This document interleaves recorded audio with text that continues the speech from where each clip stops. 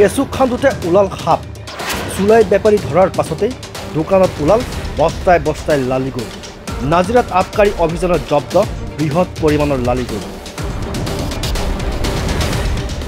নাজিৰা উপজিলা আবকাৰী বিভাগ আৰু ফ্লাইং স্কোৱাডৰ দলৰ যুটীয়া অভিযানত সোমবাৰে নাজিৰাত বৃহৎ পৰিমাণৰ চুলাই প্ৰস্তুত কৰা এজন লোকৰ ঘৰত জব্দ কৰে লালিগৰু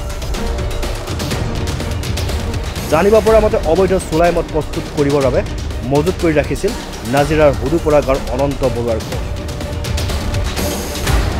আৰু দুপৰীয়া দলটো অভিযান চলাই 25টা লালুগুৰৰ কাৰ্টুন জব্দ কৰিবলৈ সক্ষম হয় অভিযানকাৰী দলটোৱে আটক কৰা অনন্ত বৰুৱাৰ স্বীকাৰোক্তি মৰ্মে নাজিৰা নগৰৰ মাছ মজিয়াত মেছাজ কৃষ্ণ কুমাৰ চাহুৰ দোকানত দলটোৱে অভিযান চলাই 140 বেগ চুলাই মদ প্ৰস্তুত কৰা লালিগুৰ জব্দ কৰিবলৈ সক্ষম হয়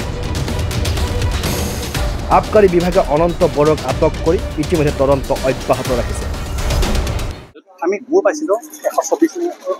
পলিথিনৰ পেকেটত 124 পেকেট এটা পেকেটত মানে 10 কেজিকে আছে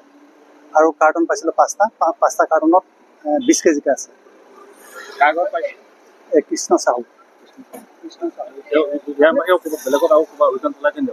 বেলেগত অভিযান চলাইছিল আমি চুলাই বেপাৰী এজন ধৰিছোঁ তাৰ নাম হেৰি অনন্ত বৰুৱা তেওঁ আনিছোঁ হুদুপাৰা পৰা তেওঁৰ ঘৰতো গুড় পাইছোঁ এইখিনি আপোনালোকে জিম্মাত লৈছে নেকি